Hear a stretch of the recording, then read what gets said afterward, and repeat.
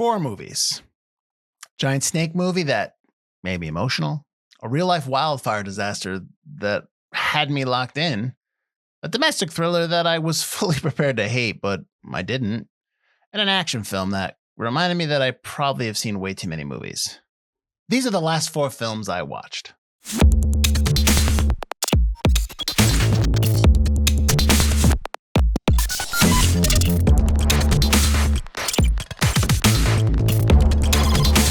I'm Mike Field, and this is Last 4, where I break down the last 4 movies I watched. I know, it's really a technical thing we're doing here, but we talk about what works, what didn't work, and who they're really for. No rankings, just reactions, which are subject to change, of course, as we get older. So let's get into it.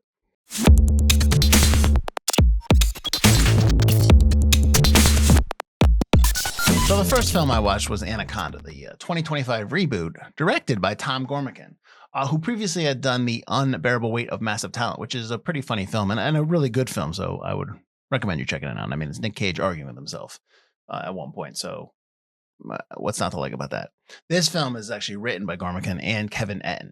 And the cast is probably people you already know is in this cast. Jack Black, Paul Rudd, Steve Zahn, Thandie Newton, and Daniela Melchior. Now, there's also a little appearance by Ice Cube at the end, which is pretty fun because it kind of ties it back to the original reboot, as he is shooting the reboot of it ties it back to the original. He is shooting the reboot of the original, so you have to watch to understand it. But he's in it. He's funny. He's good. It's a good movie. It's a good part of the film. I went into this thinking I knew exactly what kind of movie I was getting. Big snake, broad comedy, nostalgia, reboot energy, as the kids like to say, and then those first 20 minutes hit and I just wasn't ready for it. So we meet Griff, which is played by Paul Rudd. He's out in Hollywood. He's shooting a commercial. He's chasing his acting dream and it's not going well. Then we kind of go to Buffalo, where we have the character of Doug, played by Jack Black, who shoots wedding videos, but he kind of styles them like short films, which I can kind of relate to that because you want to make them not mundane. So I thought that was interesting.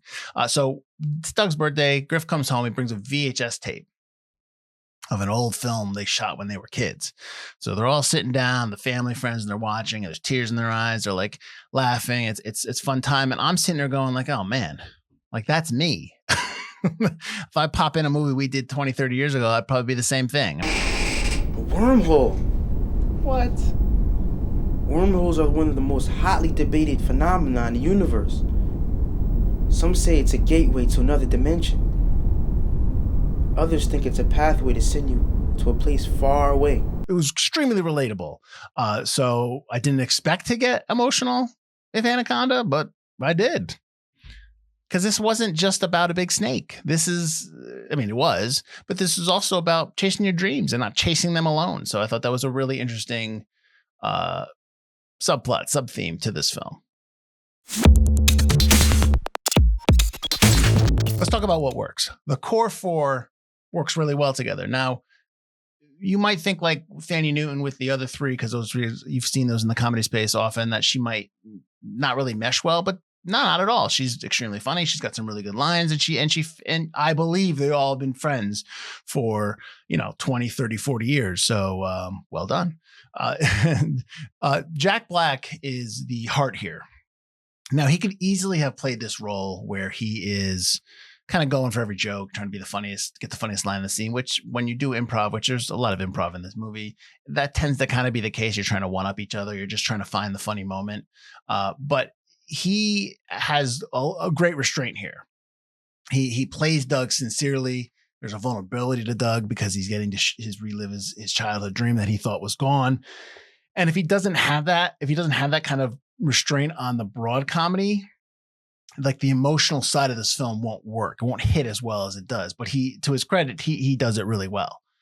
There's also the meta movie within a movie storytelling that we're making a movie inside the movie of a real movie, and it works really well. This isn't groundbreaking. This is we've seen this before, but it's effective here. And when that giant snake shows up, when that anaconda is there, it works. It delivers. It does what you want it to do, which is, take out people, cause trouble, and then get blown up at the end. Let's talk about what doesn't work.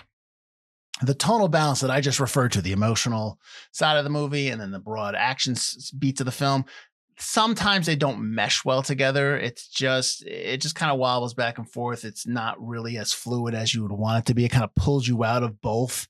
There is that suspension of disbelief we always have in films, which we always talk about on the Forgotten Cinema podcast. When the tone wobbles like that, you kind of the cracks kind of appear there. So like the emotional sincerity and the absurd snake chaos don't always sit well together.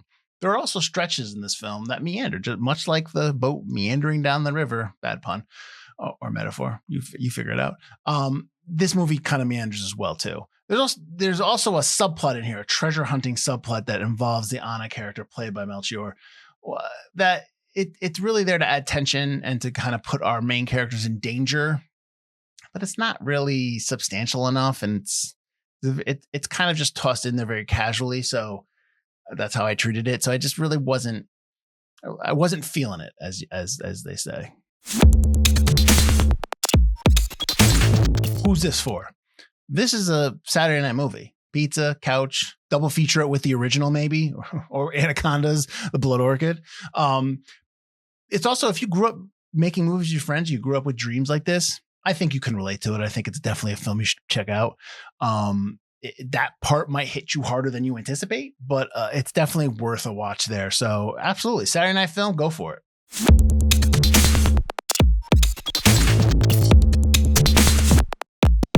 Next up was The Lost Bus, which was directed by Paul Greengrass, who I'm a big fan of. He's known for United 93, Captain Phillips, two of the Bourne films. Yes, two of the Bourne films.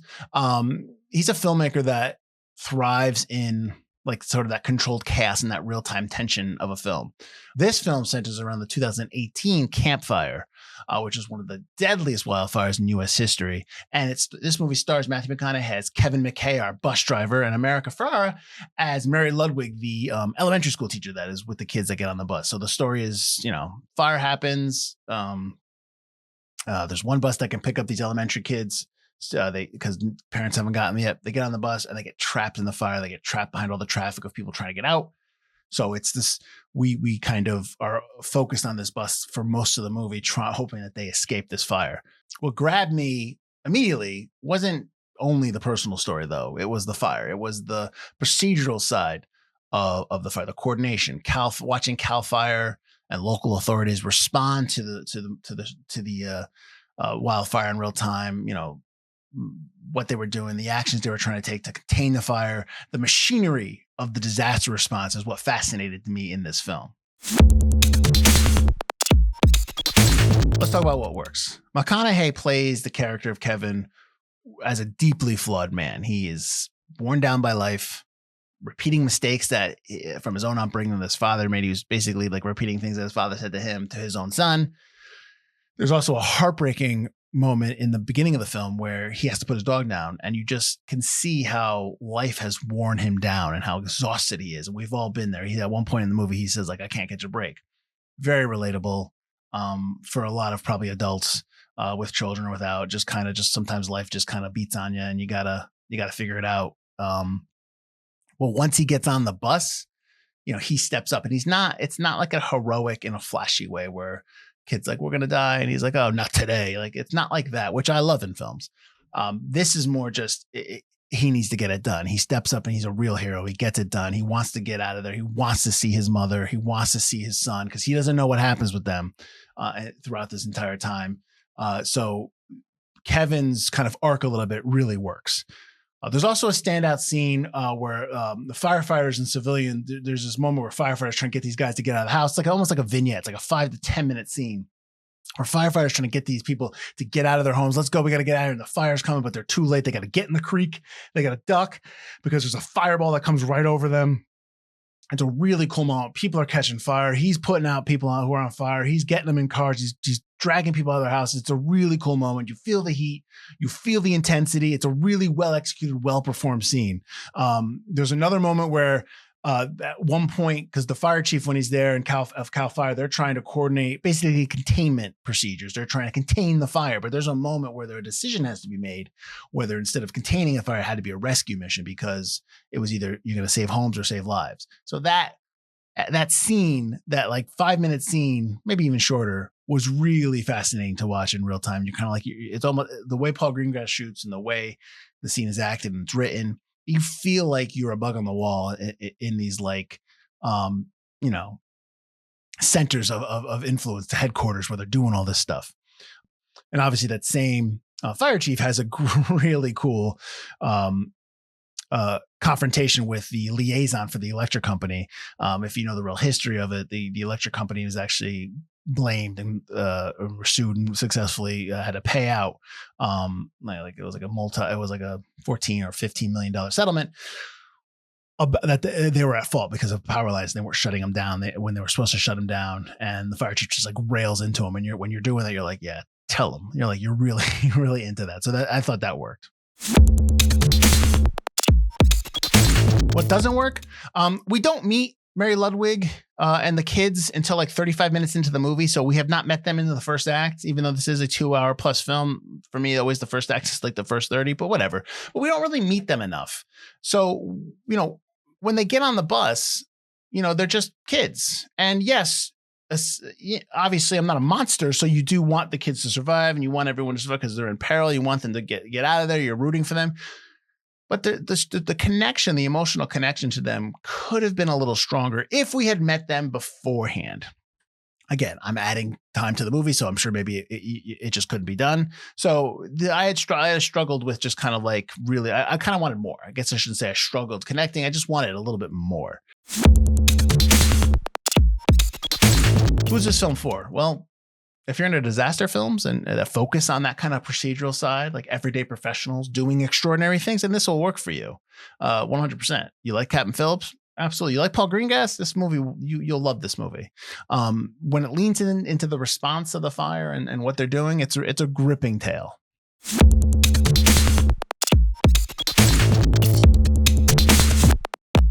The third movie I watched was The Housemaid. This is directed by Paul Feig, and it's based on the best-selling novel series by Frida McFadden. Now, my oldest daughter reads these books, so it was kind of like a family affair when we watched this film. I sat down, like, hey, you want to watch a movie? Sometimes every Saturday night we watch a film. I have my 2 teenage daughters there, my wife, and it was quite a seminal moment in our parenthood history.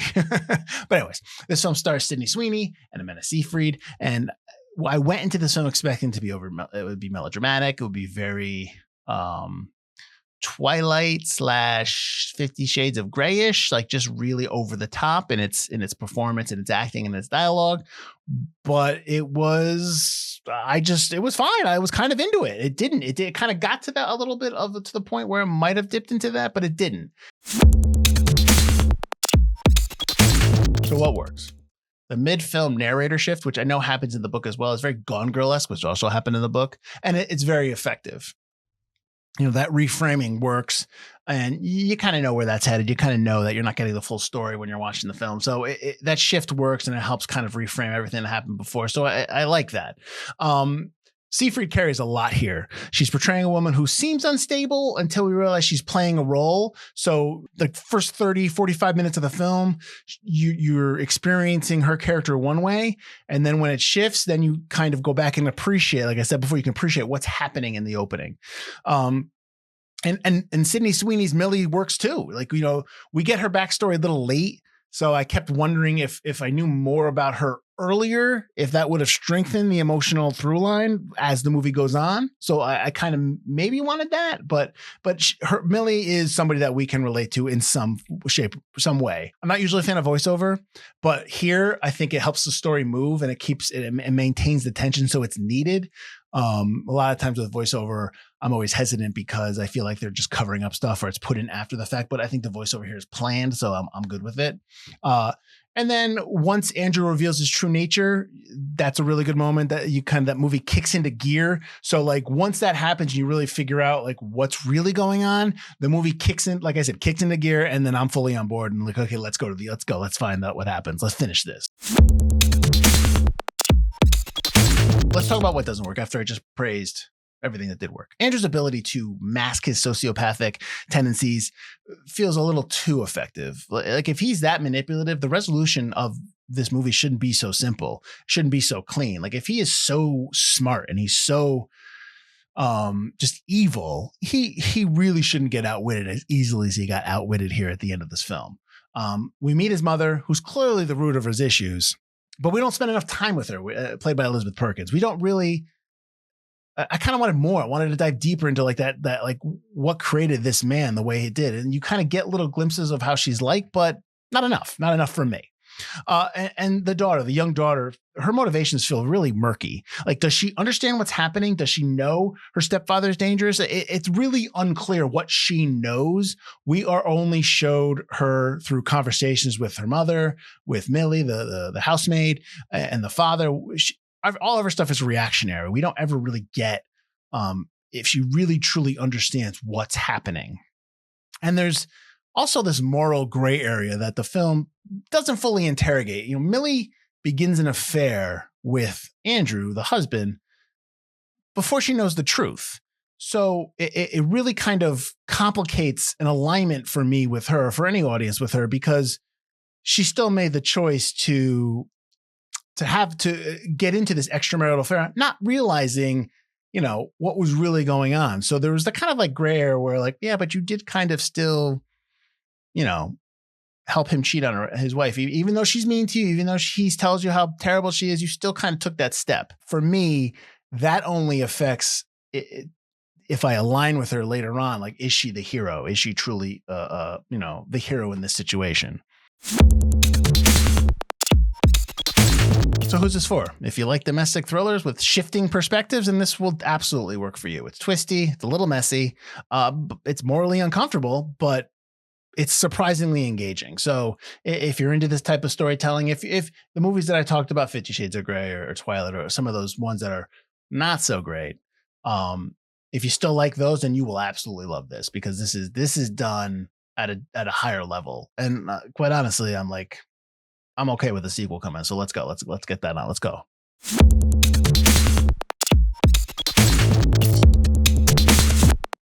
The fourth movie I watched was The Wrecking Crew. This is an action film starring Jason Momoa, Dave Bautista, Tamira Morrison, Frankie Adams, and Jacob Batalon. They're all those are in supporting roles. This is a Prime Video film, so it's a streamer. This is very much a modern action movie built around charisma and spectacle. It's about two brothers who are estranged, and they come together because their father was killed. He's a PI, and he was killed in some weird way. And one thinks it's murder. He's run down. One thinks it's murder. One thinks it's not murder, and they don't like each other. And you can imagine where this is going. The Yakuza's involved. Right, so what works? The opening Yakuza fight in Johnny's home, who's played by Jason Momoa, is solid. It's good. It's very John Wick-esque, you know, very Extraction.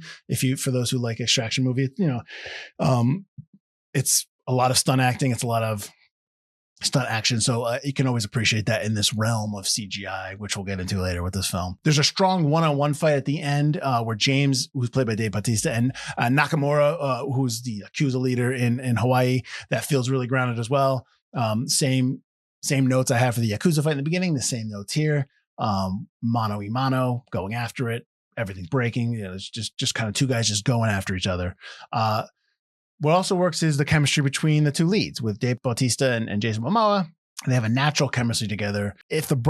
Sometimes the brotherly bond doesn't land as strong as it should, but still they both work well together, and you can see it on screen. But also, what really works here is Frankie Adams. And the only reason I say that is because I'm a huge fan of The Expanse. Myself and Mike Butler from Forgotten Cinema love that show, love that series. We're disappointed it ended, but hey, it had, you know, it's fine. Frankie Adams was on that. So anytime she shows up anywhere, that's a win. Go watch The Expanse.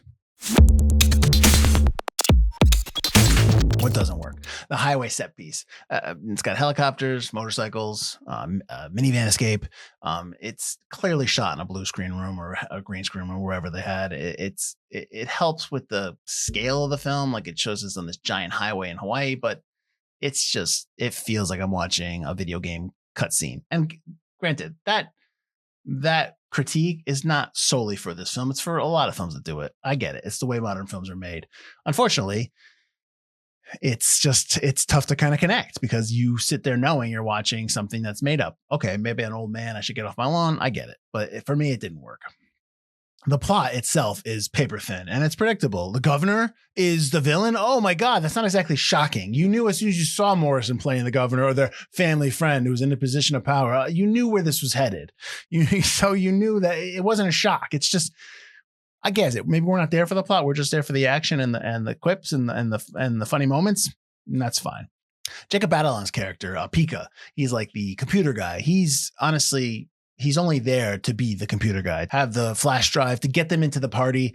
If he wasn't in the movie, like if that character wasn't in the movie, I think this movie would have been fine. They could have figured it out. I just think it's one extra character to have. Not necessarily, it's not a comment on the acting. It's just, give the character more to do, or just don't have the character in the film. And beyond the setting in Hawaii and beyond the commentary about native land and corruption, which is unique to this film, and it's really good to see. Most of this film is a collection of familiar action beats from other movies I've seen before. So there's nothing in this film that I haven't seen before. And it just feels like, somebody who loved action films, let's do this film. And that's fine. It's just, if I've seen this movie countless times before, what's going to make this film stand out from the rest? And again, maybe I've just seen way too many films, and which is an appropriate critique of me, because I do watch a lot. So if you're here for Momoa and Bautista banter and fight choreography, this will work. If you love it, if you love them and you love, how they are in films, they're pretty much, Jason Momoa is pretty much himself, which a lot of actors are in these movies. Bautista is obviously trying to do a lot of different things, but he's still David Bautista, and you still kind of recognize him from his other films in this film in terms of like his acting, his performance, and what he's trying to do. But if you love that, then you'll love this film. If you're looking for something narratively fresh, this isn't it.